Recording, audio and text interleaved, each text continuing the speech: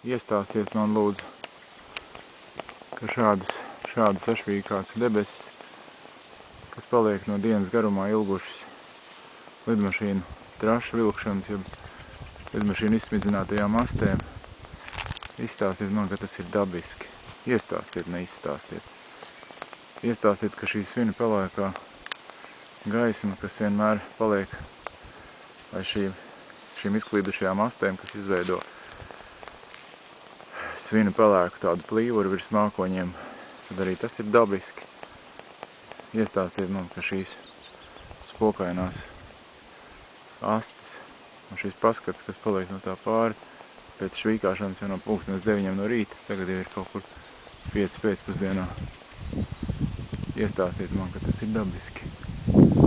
Un ka jums ir pilnīgi vienalga, kā jūs jūtaties, vai jums savu galvu, vai jums ir klepus, vai jūs jūtaties labi vai slikti. Tas viss ir normāli, ka var staigāt ar galvu nodurt uz leju ar degunu zemē un nesaprast, kas ar jums notiek visiem. Patiesībā ar mums visiem. Lūk, lidmašīnu atstātās rētas debesīs.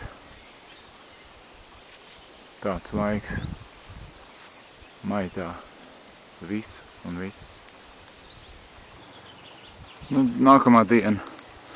Iestāstiet, ka šodien arī viss ir miermīlīgi nobraukāts ar parastajām lidmašīnām, kas sāk braukt jau no 9 rītā atkal. Un šādi viss ir atkal sācis izplesties.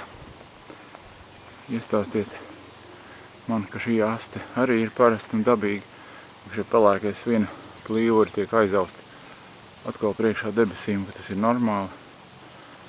Tā, katru dienu virs mūsu galvām, arī virs deputātu galvām, virs ministru, virs baņķieru galvām.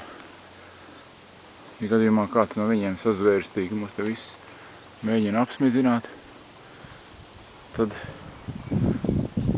vienīgā cerība viņiem izglābties ir tad, ja viņi nav parasti cilvēki, bet jau ķimičiski ustойчивые roboti. Tas tā latviešu, senlatviešu valodā.